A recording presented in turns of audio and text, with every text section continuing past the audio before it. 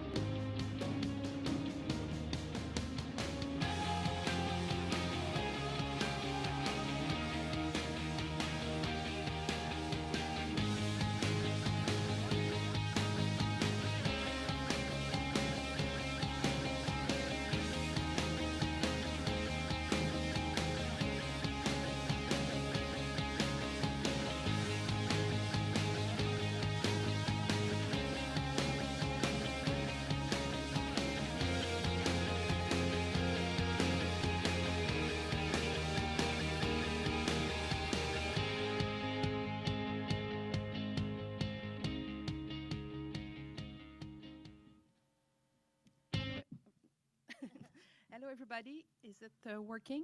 Yeah, okay. I hope that those that were here yesterday, you know it by heart now. um, Thank you for Imaginative to invited us to do this panel today on co-production. My name is Nathalie Clermont. I'm the Director of Program Management at the Canada Media Fund. Can you put it full screen, maybe?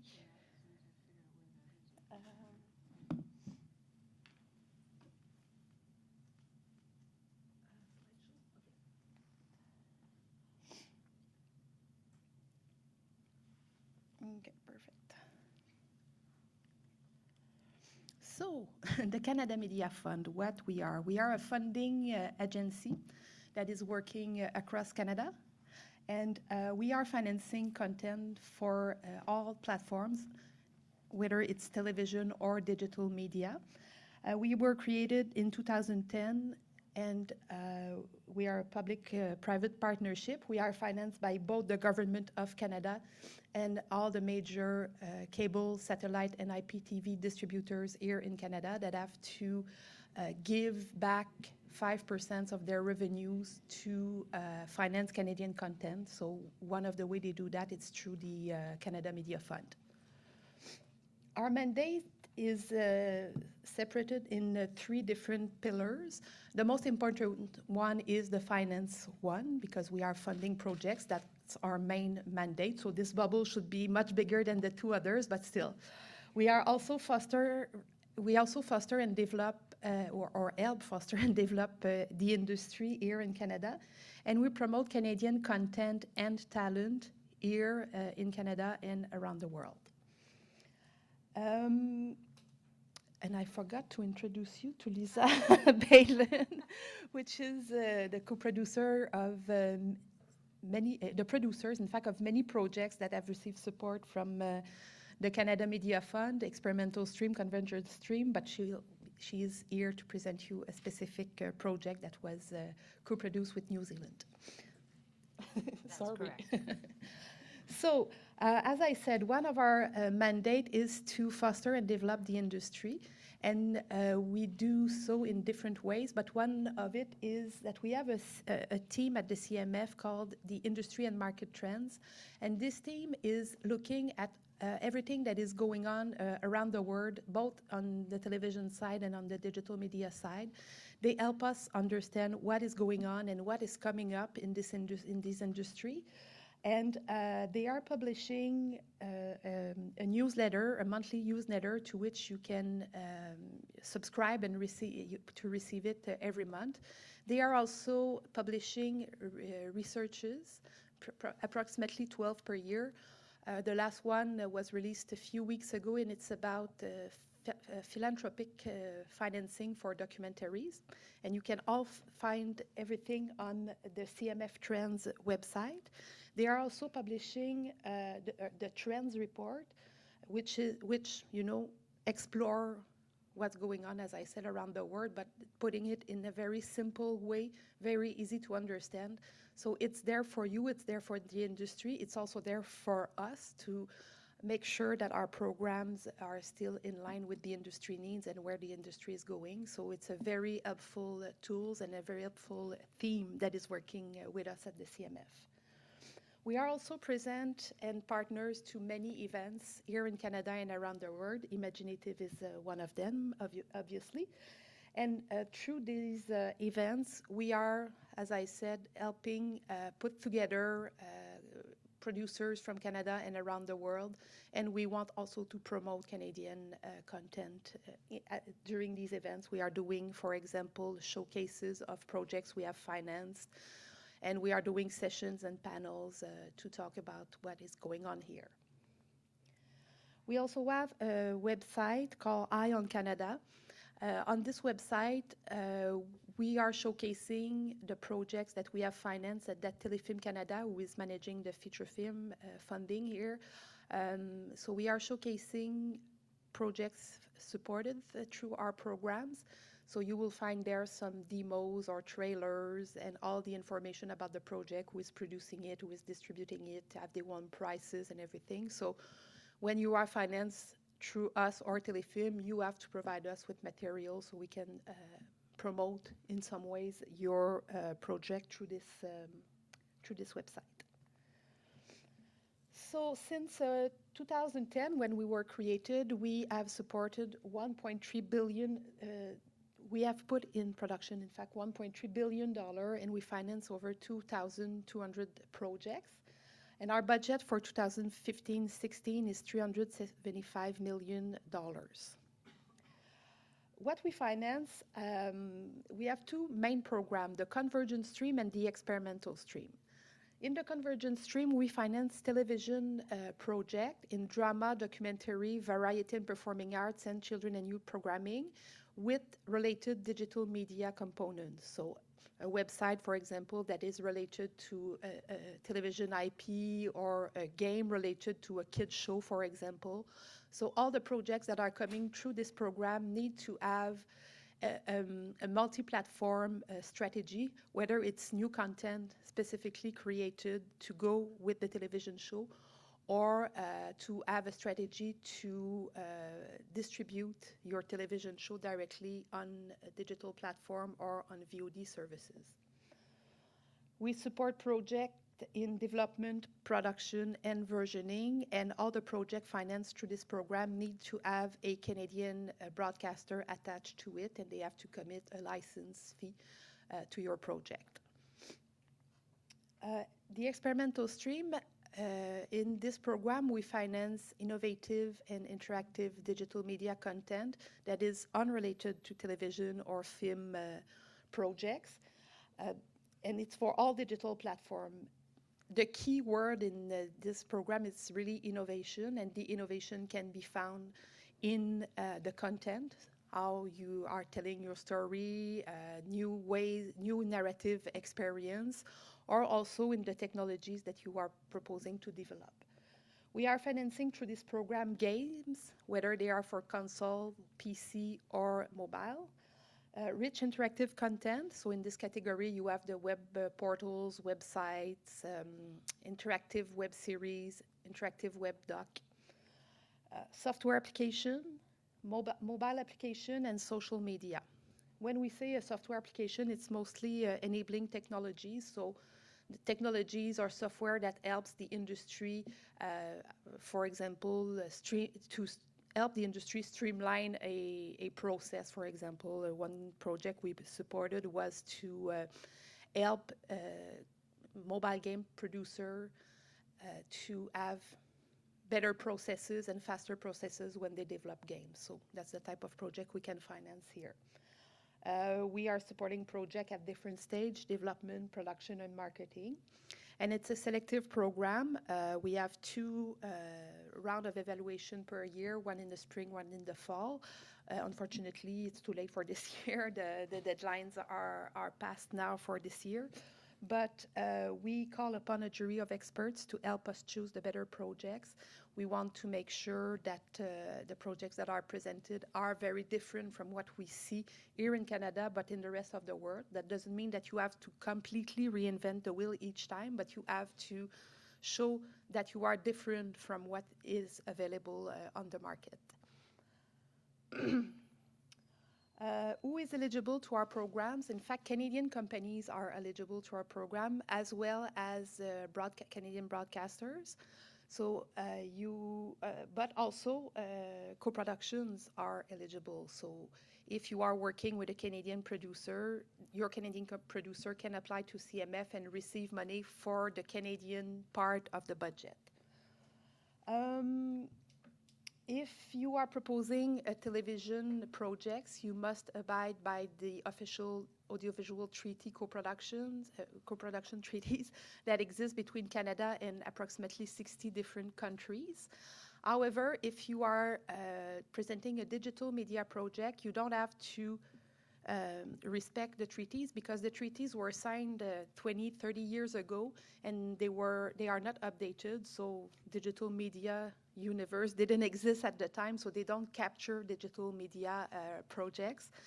So we are evaluating on a case-by-case basis, but you can co-produce even with a country with which we don't have a audiovisual treaty co-production when you're doing digital media.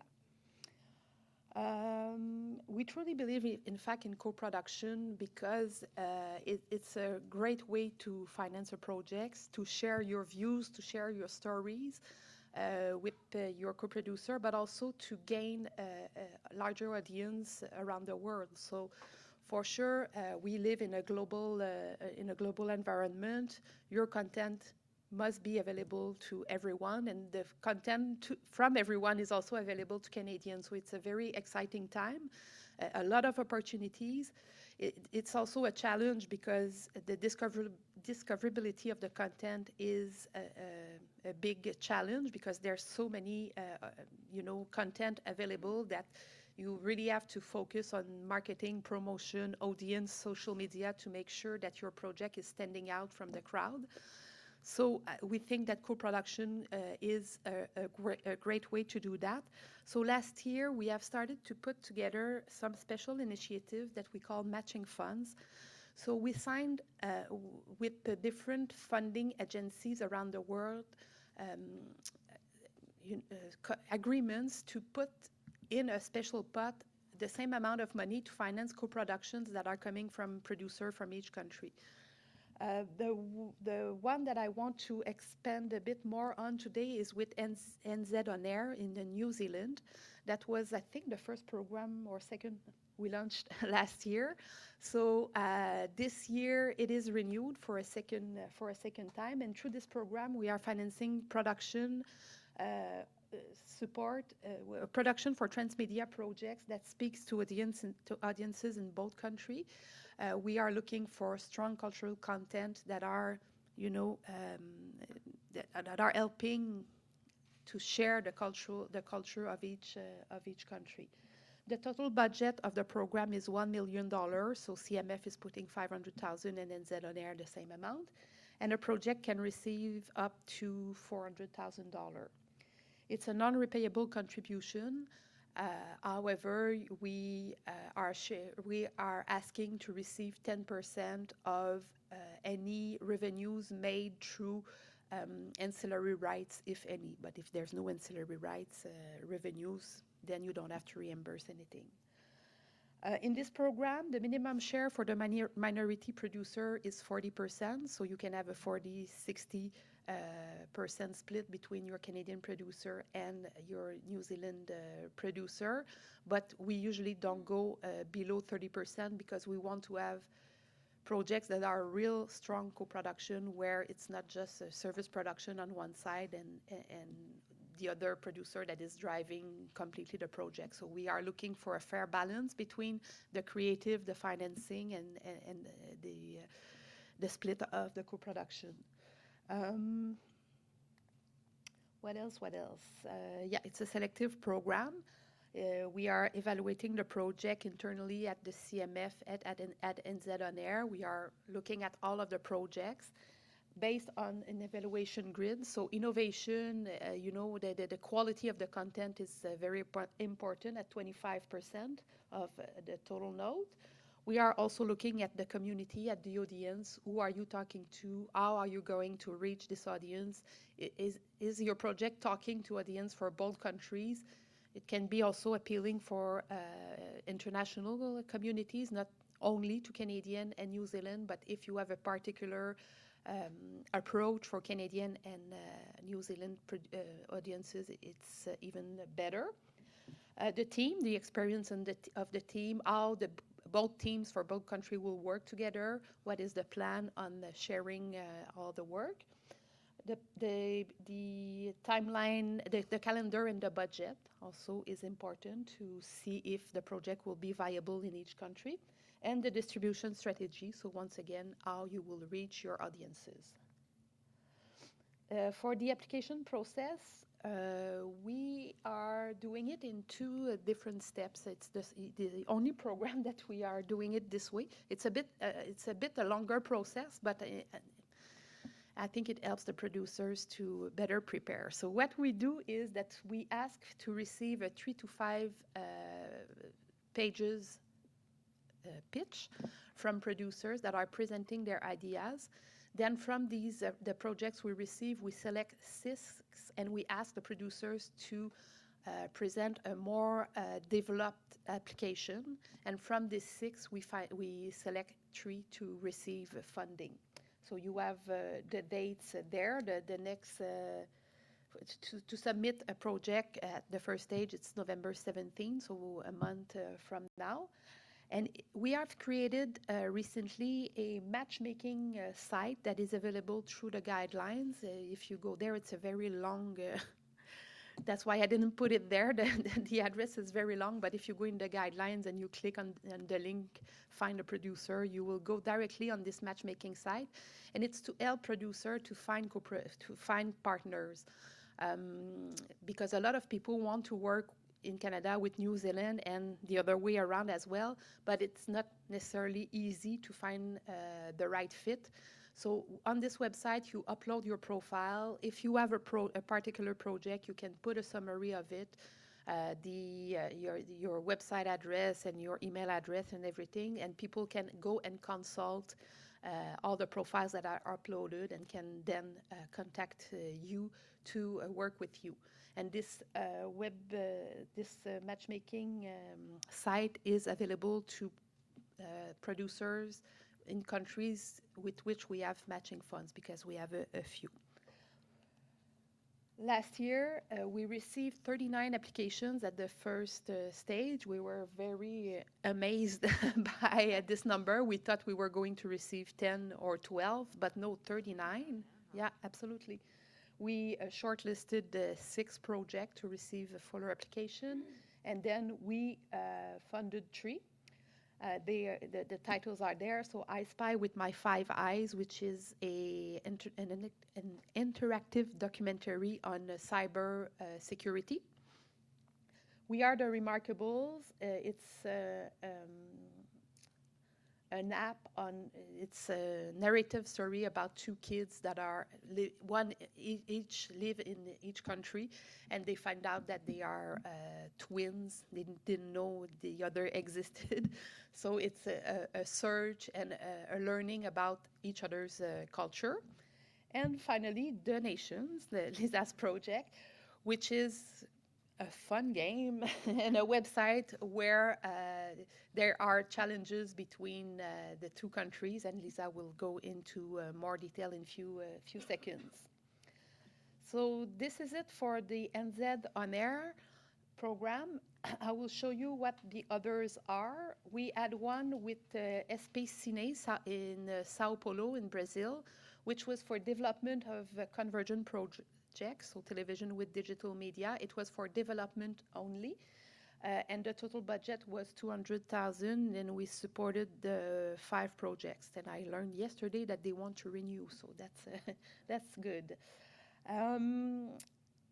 You're the first one to know. Walimage, so with Belgium. This one again was renewed this year. We supported 3 projects last year, 2 in development, 1 in production. The total budget is 600,000, and it's for the support of transmedia projects. And finally, we have one with Italy. This one is focused on the development of documentaries made for television. Doesn't mean they cannot go theatrical, but the focus is solely on documentaries. We announced this week a new partnership with Australia. Their guidelines are not ready yet. They should be released in 1 week or 2 on our website, but it's the same kind of principle. It will be for transmedia projects, interactive projects, not games, because in Australia they cannot finance game with Screen Australia, and it will be for narrative fictional projects. So the details will come soon.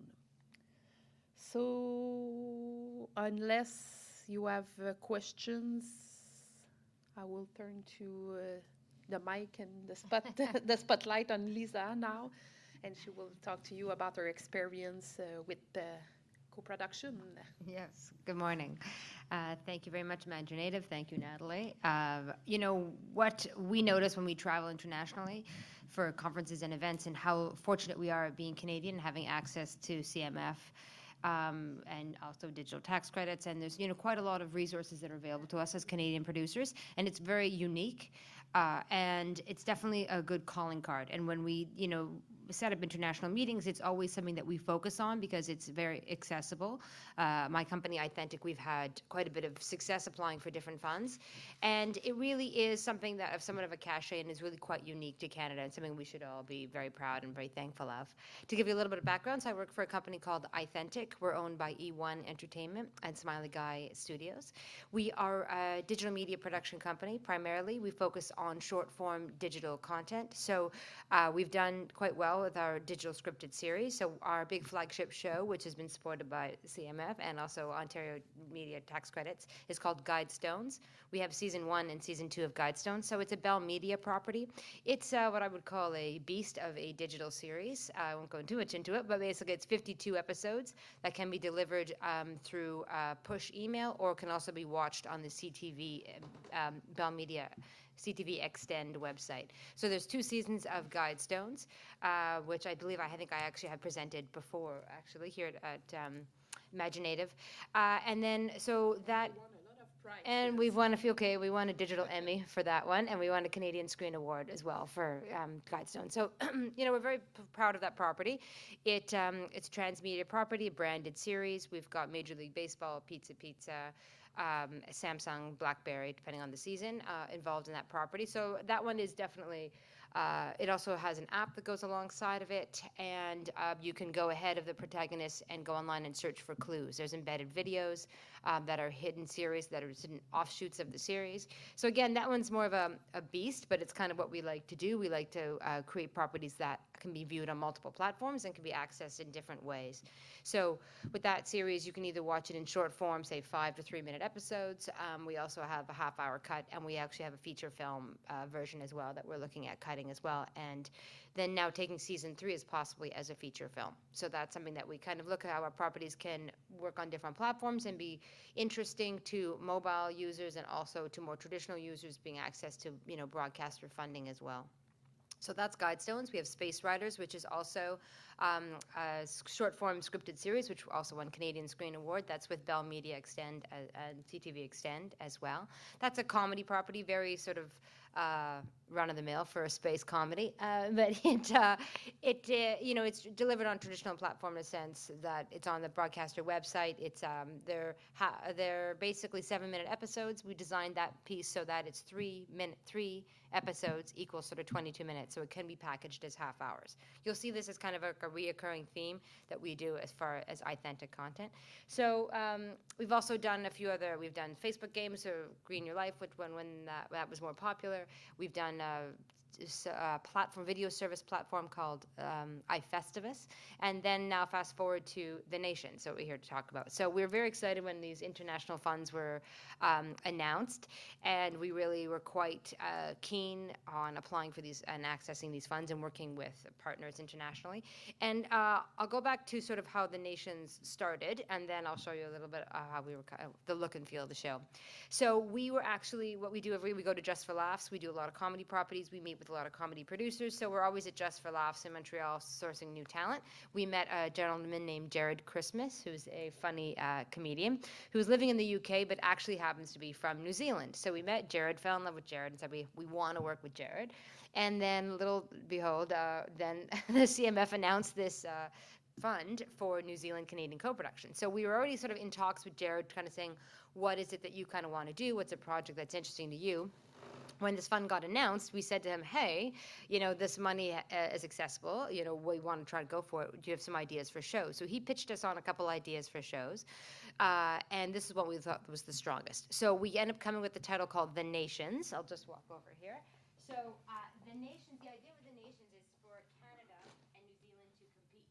But we sort of call it the Olympics of the people. Can you hear me here? The Olympics of the people. And you're like, but there are the Olympics of the people. But this is a different. Where's our browser? Here. Give me a second here. So this is so you get the sense of the look of the feel. This is Jarrod Christmas over here. This is Shaun Cullen. So the idea is that when Jarrod came with this idea of having the two nations compete, being a stand-up comedian, we thought, and being more, in the comedy kind of space, we wanted to have a comic property to really kind of add levity to the situation. So the idea was that we would find somebody who could joust just as well as Jarrod can, and so Shaun Cullen is who we chose from Canada. He's also a well-known Canadian personality, and Jarrod is well-known in New Zealand and also in the UK. So that's also very important for us. We always like to try to bring on talent which has, you might call it stunt casting, or that kind of a term, or pimp casting. I'm just kidding. So we're just we call it sort of stunt casting, where we try to sort of cast up into roles, because it can help you with accessibility, right? When you're talking about social media followings, and access to money and broadcaster interest. So that's exactly what happened. We got Shaun involved, we got Jarrod involved, and then we started to pitch to broadcasters, because we knew we needed to a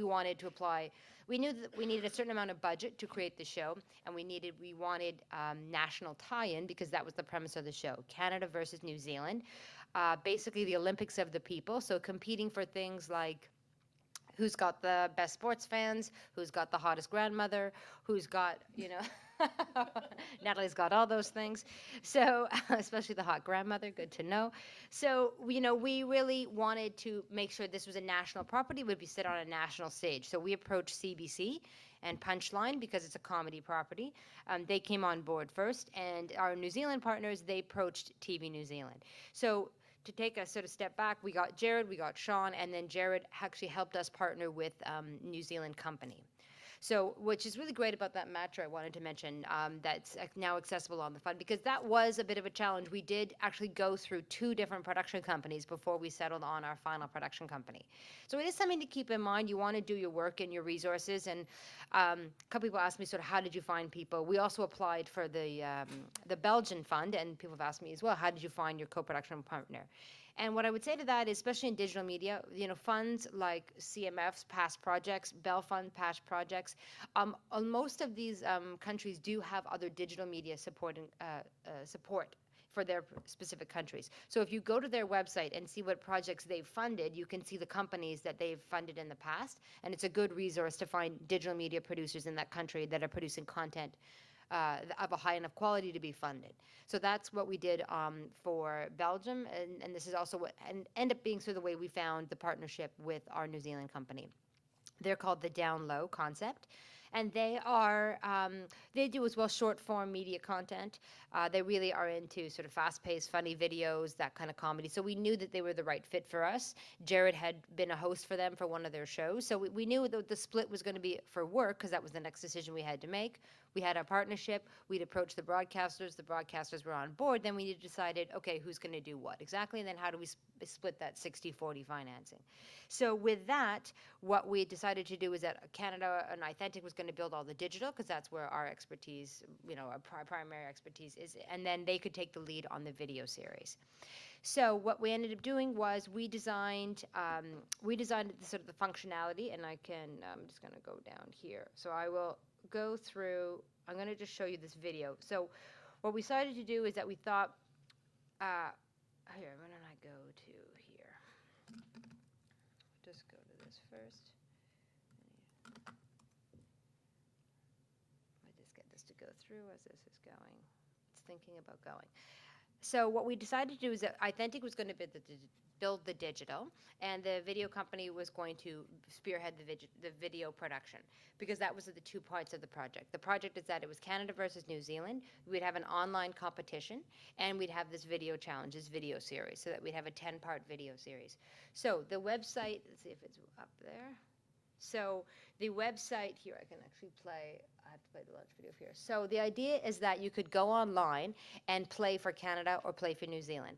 And with that, you had different challenges. So I'll play the launch video so we'll get through this. So you can kind of get a feel for. No, full screen didn't.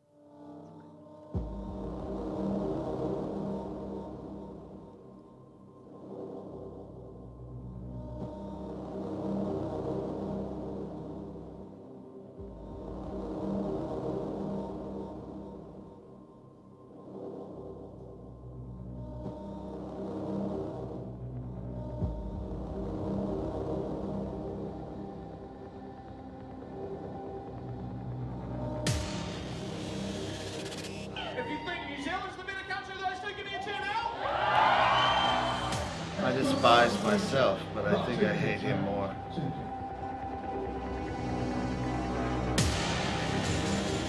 Canada or New Zealand? Which is the greatest country? Oh, jeez, my face is enveloped in darkness.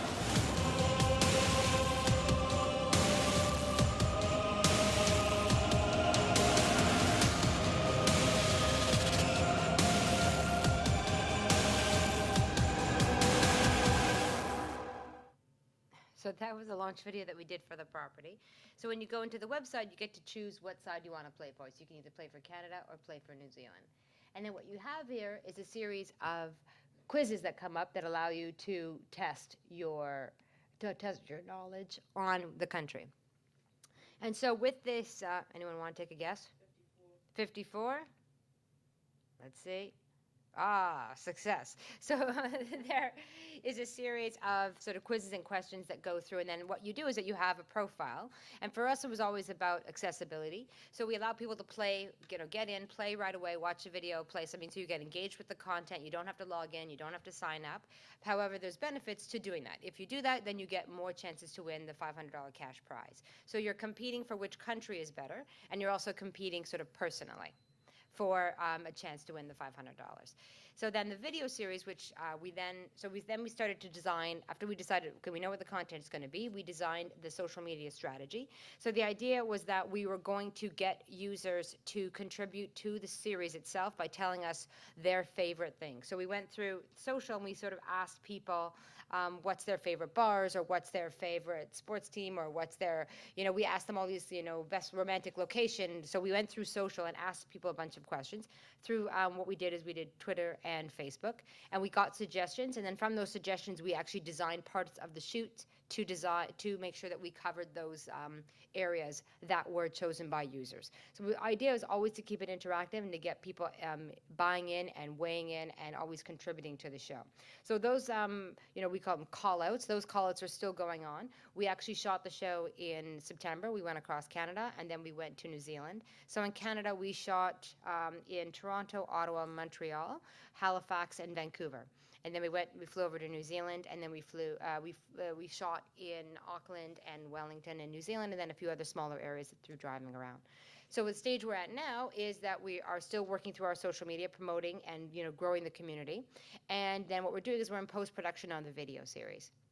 So what's happened is that as far as the production side, Authentic took the lead on building the digital. So what we have is other content that will be, we added more games and we added more interactivity when the series is going to be launched. So right now we're in post-production.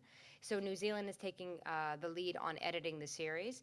And then what we will be doing, just to sort of fast forward, is that we're in the new year, once the series is ready, we'll then launch the series. We'll do another social media push. We'll add other additional content that's available on the website and available on social to kind of promote the launch of the series and to keep growing the audience and keep growing the build. So that's kind of an overview of the entire property. And I wanted to sort of focus on, before I sort of open to questions, I just wanted to sort of talk about a couple different things. Working with co-production companies, and I think one of the challenging things, and I was laughing when the Australian fund got announced, because the time change is a bit of a killer. I will say that. Even for negotiating agreements. For negotiating agreements is killer. Yeah, yeah, I'm sure it was. Because essentially with New Zealand, I think it's 16 hours, right? It's incredibly tough. So for myself, who was spearheading the project, I would basically work the Canadian hours, and then I would take a couple hours break, and then I'd be working till basically 2 in the morning, 3 in the morning, because at our end of day at 5 in the morning, it's really, at our end of day, 5 p.m., it's about 8 in the morning for them, or 9 in the morning for them. So that is something to keep in mind, and you have to really budget for time-wise in that respect, and I'm sure Australia will be a bit of a killer that way too, because you have to plan that out, and you have to make sure you keep that in mind when you're in your production schedules and your delivery schedules, because all that is heavily influenced by time change. It really is quite important. And with that too as well, that we weren't, often when we do co-productions, and we've done them, Canadian, or we have different producers that are in the office, you can communicate quite easily through email or through calls, are very easy, very simple. All those things do get elevated, and there is that extra level of, especially of ramping up, especially having international calling numbers. I mean, these are sort of small things, but things you have to kind of keep in mind. It's very tough to just pick up the phone and ask one simple question, right? It's much more challenging, especially if you're a smaller company or you're working independently and, long distance charges and whatnot. So you have to really kind of be strategic about how you even frame all your emails, get all your points across. Sometimes it's that balance between not giving too much information in an email, because then, sometimes you've seen that. I'm sure people just like blank out because there's too many points to address, but also not just trying to address one point in every email, because then there's just, with the time delay, everything can be quite slow in the process. So those are just things to kind of keep in mind. And, also, it was interesting, this is the sensibility. And when we were working on scripts for the show, there was lots of different areas when we were working on the scripts saying, Canadian sensibility versus New Zealand sensibility, and what they thought would be appropriate for their audience and something that wasn't appropriate for ours. So that was very interesting. And we still find that navigating through social quite a bit. Because what we have is we have a social media company in Canada, and they have a social media staff in New Zealand. So it's very important to also make sure you're pumping your social media through both time zones as well. So that's also something to keep in mind. But then you have to make sure that you're very clear on the voice of social, and to make sure that, we had this debate. Is the social neutral, or is the social promoting each country for itself, right? We were trying to decide what's the best kind of way to go. We thought that if it was just neutral, it would be not terribly interesting social, and why would you necessarily follow it if everything was all hunky-dory and everything was all great, way to go. So we wanted to have this adversarial environment on social as well. So it's fairly clear when the Canadian social team is promoting Canada, and it's clear when the New Zealand team is posting in New Zealand. And as well, we have hashtags, so we did hashtag Canada, we did hashtag Canada versus New Zealand, which is Can versus NZ, which is very much a sports hashtag. And we also did hashtag the nation. So we always, in every post, you'll always see we have at least 3 hashtags, and often we'll go up to 5 hashtags per tweet. And now that's very important for trying to grow your audience and trying to expand your reach. So that was what we really decided that we really needed to kind of ramp up the social and to keep that animosity between. And that's when I talk about stunt casting, where it was really important to rely on Shaun and Jarrod. We actually launched the property through their social media. They were both, that trailer video was actually shot in Edinburgh because they were both going to Edinburgh Fringe Festival. And so since they were going down there anyway, we thought, okay, I'll go down and I'll shoot the guys. We have a bunch of different videos that we put out that you can see through social of them just talking about different issues, talking about, so the idea is that we used this, they were going to be there anyway, we used their profiles, and we started the battle on Twitter, which is what you saw in the promotional video. So they started this Twitter battle, had their followers really buying in and buying along, and then contributing and also giving suggestions and also giving digs at each other. So that it worked actually really, really well. One thing I would say is that I would have liked if we started like a week sooner. And I think that's always the case, is that when you want to plan your social, you always give yourself more time. Especially unless you're Beyonce and you're dropping a property like Beyonce, you have to give yourself more time, because the slow growth is really going to be the most successful, is to give yourself enough time. Because often there's that debate: do you launch 2 months before your show? Do you launch a month before your show? If your videos aren't ready for another 3 months, like, when do you launch, right? And I wouldn't necessarily say there's a right answer for every property, except that you have to, unless you have a stunt casting which has some serious following. So Sean Cullen, for example, has about 60K on Twitter. It's going to get you to a good starting point, but you need in the at least 3 digits. You need like in the 100,000s to get yourself to a sustainable part where you can just kind of launch on the day. We're still editing the videos, right? So we still need to keep the conversation going. We still need to get other influencers involved. We need to get all the broadcasters on board. And so it's still kind of a slower process, even though we started off with some serious following from our leads. And so that sort of falls into where the broadcasters come into play. So working with the broadcasters is great, especially for a property like this, because it's national exposure. And working with Punchline and CBC, they have a really nice following on Twitter, and they've got a partnership relationship with YouTube. So they have there's certain accessibilities to working with a partner, working with a broadcaster. Of course, there can always be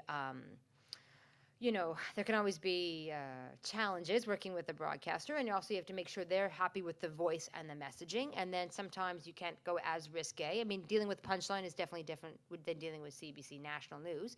So we have a lot more flexibility with dealing with Punchline, and with swearing and things of that nature. I think it's been a bit tougher with TV New Zealand. I think they're a bit more straight-laced, if that's possible, than the CBC. So it's just about kind of being able to work with them and working with their timelines. Again, you'll find I'll say timelines quite a bit. So again, we have content that we wanted CBC to promote and TV New Zealand to promote, but that had to fit into their schedule as well of other shows that they're releasing. So again, you have to give yourself enough time that your content is ready, that it's far enough ahead of your launch or other milestones you have for yourself, for your project, so that they have enough time to put it into their engine and there. So we've already been talking with CBC over about a month now about the launch, and the launch isn't going to be till January. So it gives you a sense. We started that conversation in September. Yeah, definitely. So about kind of understanding their schedule, what they need, what the videos, the content, and how they're going to promote it. And as well, they're watching cuts. Both TV New Zealand and CBC are watching the edits. They're commenting on the content. So they really are involved in the property, which is what you want. Like, you want your broadcaster as invested as possible if they've come on board, because then they'll take ownership of the property, and they'll feel that they need to promote it, that it becomes branded as it's not necessarily branded as CBC. You didn't see a CBC logo in that case, but once it's on their site, you will.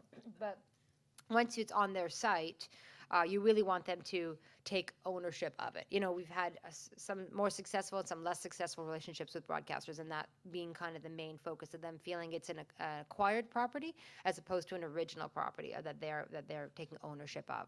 So it's definitely a relationship that's advantageous, and there's obviously financial support that's attached to broadcaster support, but you have to really get them to buy in and to really come on board and get excited about the property. So that's a slight overview. And you know, you can get a sense. So we're editing the series right now. And what we did is that we launched these. We shot a bunch of videos in Edinburgh, and so from there we just sort of released them out when the story for social was kind of appropriate. I'll show you one more. So it's got a feeling of this whole Canada versus New Zealand feel. We're on the street. The mean streets of Edinburgh. The dirty, filthy, puke-stained streets of Edinburgh to find out who is most popular, Canada Or New Zealand. There are two countries, the Canadian country, or would it be New When Zealand? you say Canadian country, do you mean Canada? Canada, that's what I meant. Canada. Hey! What about you guys? That's only one opinion. That's 3-1. 3-1. I'm already ahead. Oh, mate, where would you go? You'd go to Lord of the Rings, mate. What's happening in this? Please say New Zealand. I'll go for New Zealand. Yeah, New Zealand. Canada does have bears as well. True story. You know what the worst thing that can happen to you in New Zealand if you go camping? You're in New Zealand. That's No? the worst thing that can happen to you. But a friendly Kiwi will come up and just nuzzle into you and spoon you for the night. That's fine, yeah. New Zealand, I'm reserved. Oh, I'm angry. Now I'm angry. These are the ultimate arbiters of good taste, right here. Thank you so much, Dave. Dozo Yoroshko. Jarrod des. よろしくお願いします。ニュージーランドの人。Arigato. Arigato. So now you get a sense of the feel of the show and the feel of the guys working together. And that was great about going to Edinburgh and having that chance to work with them before we went into our shoot, which I would also recommend, is that because, as I said, Jarrod's in UK and Shaun's in Canada, and Shaun travels quite a bit. So it was really great to have a chance to work with them, get them to work together, get them to get the chemistry, and to understand kind of what we thought, you know, the lay of the land would be, because we hadn't actually started writing scripts at this point. So it really influenced the script and the development of the show, just having their personalities as part of the property. So that was, I think, an overview. Any questions for me or for, yes? Yeah, what's double barrel question? What's the audience? What would you say the audience for the project is, and how has the uptake been? Have people been watching the videos, etc.? So the target audience is, you know, really about 18 to 35. It's really the target audience. I mean, it's not necessarily, it's not really a male or female. It's not really skewed that way. I mean, we have another property which is definitely more of a male property. I mean, they are male comedians, but, you know, it's not that the content or the subject matter skews that male.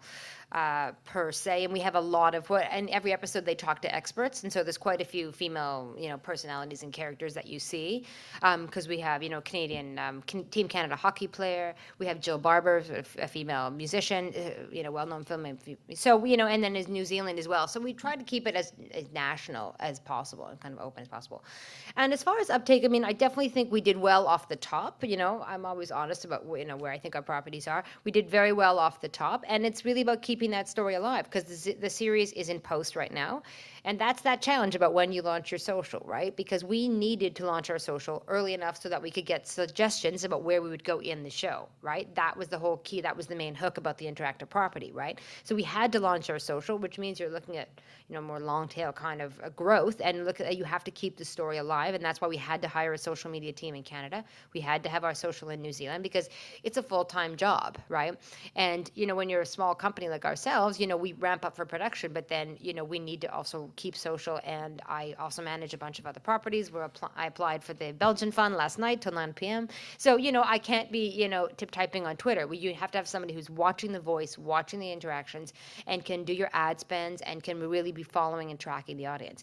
So, you know, are we exactly where I'd want to be? I would say no. I would say I'm not completely happy where we are in our numbers quite yet. I know that we have still a long way to go. We've got 10 episodes that we're going to be launching. We're either going to be launching through binge or binge release, meaning that all episodes are available. People can watch them as they want, or time release. possibly a combination of both, where you do 3 episodes at a time.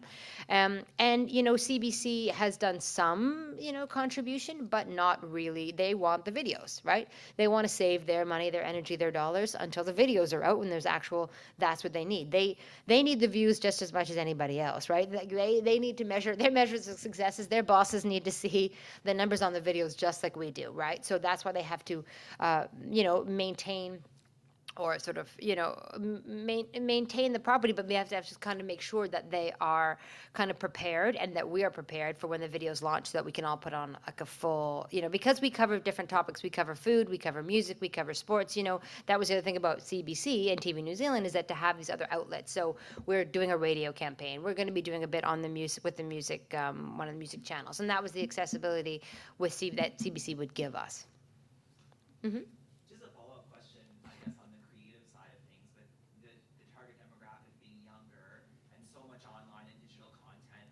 I'm just curious, did you guys give consideration to skewing younger with the hosts? Well, I mean, we kind of, it's true. I mean, the guys are a bit older, and I think that, because we were working with Jarrod, and because Jarrod had a certain amount of following and Shaun had a certain amount of following, we kind of were relying on that. And we kind of looked at their track record. It is a good question. And I mean, we could have, gone a little bit younger with the hosts. I think too, it was also accessibility, and it was a time issue. And we've worked with Shaun. And so it was a couple different things. We had a lot of things in play. And, for us, it was also kind of understanding kind of what we needed the performers to do, and we knew what the shoot was going to be. Like, there was a lot of, like, the shoot was like, I would call, as they call in theater, like a bus and truck, right? Like, we were like on the road, crazy hours, 2 hours here, we'd shoot there. We had to go with people that we kind of knew that we could trust, and knew that they could deliver the comedy. So that's why we ended up, and we also wanted somebody, Jarrod was as our New Zealand talent, we needed to pair somebody Jarrod that was appropriate. So, I mean, though Shaun is, a bit older than Jarrod, that was definitely what we thought the strength was, because they're well known, and we kind of went with their kind of celebrity and their gravitas in comedy. Mm-hmm. Congratulations on being the guinea pigs for the CMF New Zealand Audio Fund. Thank you. Curious about your partnership arrangements with your New Zealand company. Mm-hmm. Obviously, I'm from New Zealand. As I recognize the accent. Yeah. And so did you have an ironclad contract with your co-pro partner, or is this a work in progress? No, the contract is signed, sealed, and signed on both sides of the border there. No, we had to iron that out, because we were the division of the work, because the division of the video series, and because we were shooting in both countries. And then, we definitely kind of things evolved as the partnership evolved. We ended up, like, for example, they were supposed to, they were going to do all the writing for the content. But we thought when they came over, the scripts were, as I said, like, there was this sort of disconnect between a Canadian audience and a New Zealand audience. So then we had to get our writers who were just doing research for the web content, we had to get them involved in writing the script. So then all of a sudden the scripts became written between the two countries. Same what happened with the shooting. We were going to have, the idea was that they were going to have their own production company, and we were going to have our own production. We would just shoot Canada, and then they would just shoot New Zealand. But again, when we were sort of working out shots and working out locations, we're like, wait a second, we want to have a consistency for the video series. So what we ended up doing was our director DP, who's Jay Ferguson, who was creator of Guidestones, we've used many times, great shooter, director. We thought, no, he's gonna actually travel to both countries. So things evolved in the contract, but we definitely had things very, as far as sort of rights and breakdown of budget and roles and responsibilities, all those were set out, very early on. Mm-hmm. Well, I don't know if it's coming. I just applied last night. Yes. We made a decision. That's a bilingual part, so that's French and English. We didn't do the Dutch part. It was part of the decision-making process, and that's what our partners, our Brussels partners, decided that was a stronger way to go, was because I know there's territorial issues, and I know if you make a decision, if it's in Dutch. So it was I guess, political decision on their part to say, no, we want to just do French and English. But that property is completely bilingual, every screen. Because Walimage also wants to keep all the creatives and all the control in the Wallonia region, not in the Dutch. in the Dutch side region, of yeah. Belgium. You can, have partners and shoot there or whatever, but the control should remain with Wallonie.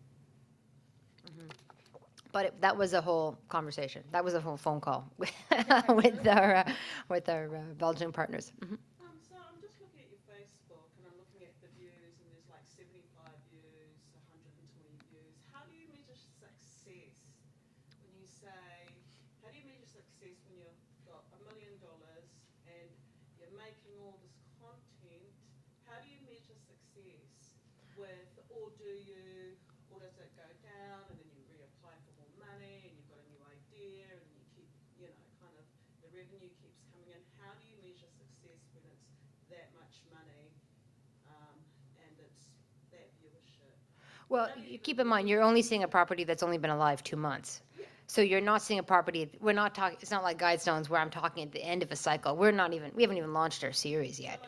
So, At the end of that cycle, how do you measure success? well, I think there's a couple different things. In Canada, we have the award system, and that's been advantageous. And then you have views and you have partnerships. With Guidestones, we've sold it to other territories. So there's a couple different areas. I would say awards. I would say financing on second seasons, which we were able to do. I would say branded partnerships, which we were able to do on both seasons. I think those are all measures of success. And you have the numbers, on season 1, not even the full year out, we had over 1 million views on season 1. And that's, as I said, that's a beast of the series. You got to commit to 52 3-minute episodes. You got to commit to that one, right? It's not like a 6 or 12-part video series, right? So, that was only not even, I think that was about an 8th or 9th month mark, right? And, Skystones was a few years ago now. So I think those are all different measures of success. We also got quite a bit of traditional press, if you look at Guidestones. So again, you have to look at the time period at which the content is created and kind of what you see now. I think for the nations, and what we've had with other properties, is that I think if we have other influencers, which is starting to happen, is that we have other, and I think this will also happen when we have more of our episodes that are specific topics coming out. So when we were pushing, for example, when we did the push for our music episode, we were reaching out and making comments on Canadian musicians and commenting, and Social was commenting on events that were happening, and we had quite a few musicians engage with the series and through Twitter, and actually some of them wanted to be in the show. So I would call that a measure of success. If you're out there in social and you're promoting your content and then people reach out to you and want to be involved in your show, that's really good. For a property that's only 2 months old, would I say we're exactly where we'd want to be? I would say no, we're not exactly where I want to be. Did we spend as much money upfront on ads with ad buys? I would say no. If I wanted to come in here with 60,000 views 2 months in, I would have had to spend at least $4,000 to $5,000 in ad buys. Right off the top. So you have to look at your budget and you have to go, do I have that right off the top? I know I've got maybe 2 or 3 months before I actually launch my video series when I'm going to really need that money. So when do you spend that money? That's also part of, there's grassroots, or there's what they call kind of buying views. There's kind of 2 different approaches to have that. But I agree. That's the interesting about social.